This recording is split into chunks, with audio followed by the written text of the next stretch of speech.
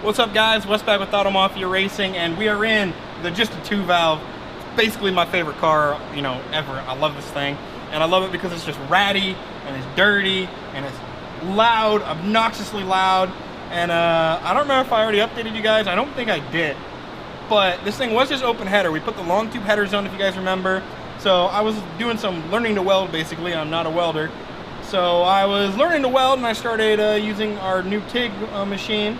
And I welded up some exhaust pipes onto this, so it's not just dumped straight at the header, shooting flames into the cabin, making me feel terrible with the exhaust fumes. So it's still fairly bad, but we got the exhaust a little further back, still needs some fixing.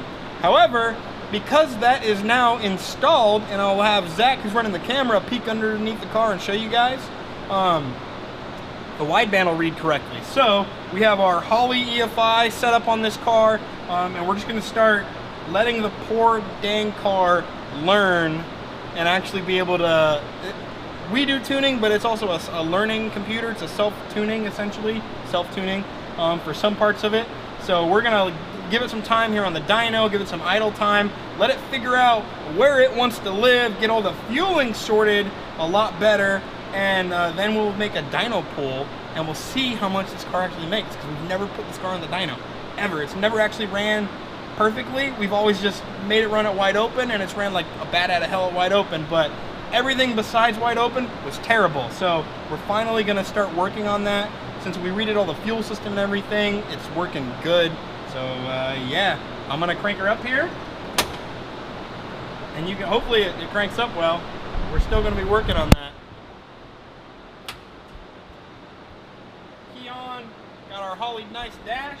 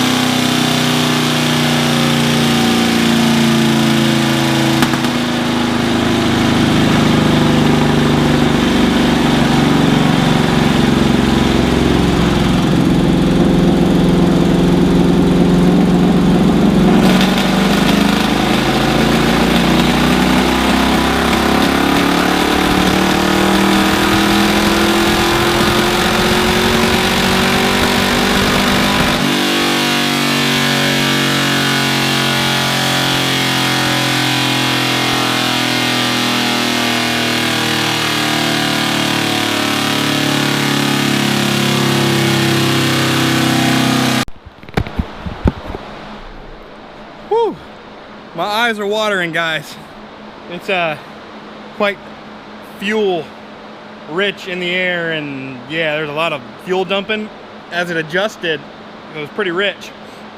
So it smells quite strong of fuel. It's making my eyes hurt and water. But so far it made 210 horsepower, 250 foot-pounds of torque. I know that doesn't sound like a lot, and it's not. That is on SAE.